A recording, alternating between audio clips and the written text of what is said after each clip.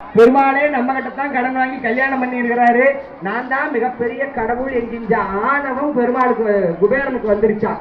உடனே என்ன பண்ணிட்டாரா, உலகத்துக்கே ஆதிசேஷனாக விளங்கக்கூடிய அந்த சிவபெருமானையும் பார்வதியையும் ஒரு நாளைக்கு விருந்துக்கு கூப்பிட்டாங்களாம். என் வீட்டுக்கு வா.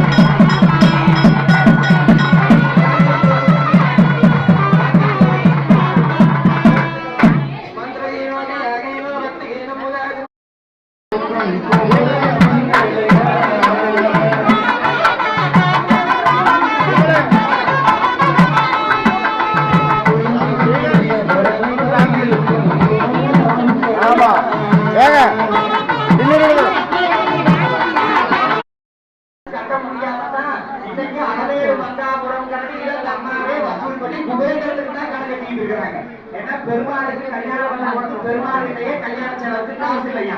உடனே குபேரன் தான் போய் கேட்டாங்க.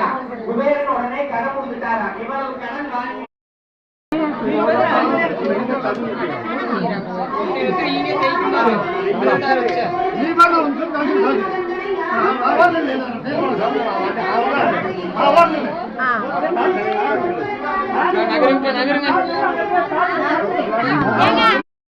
ஹலோ 12 வருடங்கள் முடிவடைவதற்கு முன்பாகவே அந்த கோயில்ல கொஞ்சம் புதுமைப்படுத்தணும்.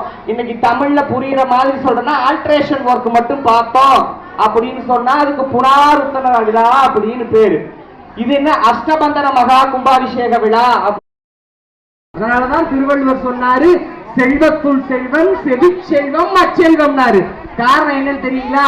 எல்லா செல்வத்தையும் காட்டிலும் மிகப்பெரிய செல்வம் எதுன்னு தெரியுங்களா? நம்மளுடைய காதுதான் மிகப்பெரிய செல்வமா. அடுத்தவங்க சொல்றத காது கொடுத்து கேட்கிறோம் பாத்தீங்களா? இந்த நல்ல செய்தி வழங்குவான் என்பதுதான் சைவ மதத்தினுடைய கோட்பாடு. அப்படி பார்த்தா உங்களுடைய சாவி இன்னைக்கு தொலைஞ்சு கிடைச்சிருக்குன்னு சொன்னா உங்கள் அத்துணை மனக்குமுறல்களுக்கும் பிரச்சனைகளுக்குமான விடையை அந்த ஆண்டவன் கொடுத்து விட்டான் என்பதுதான் பொருள். அது இன்னைக்கு எல்லாம் விநாயகர் கோயிலுக்கு வந்துருக்கிறோம் இல்லைங்களா? குபேர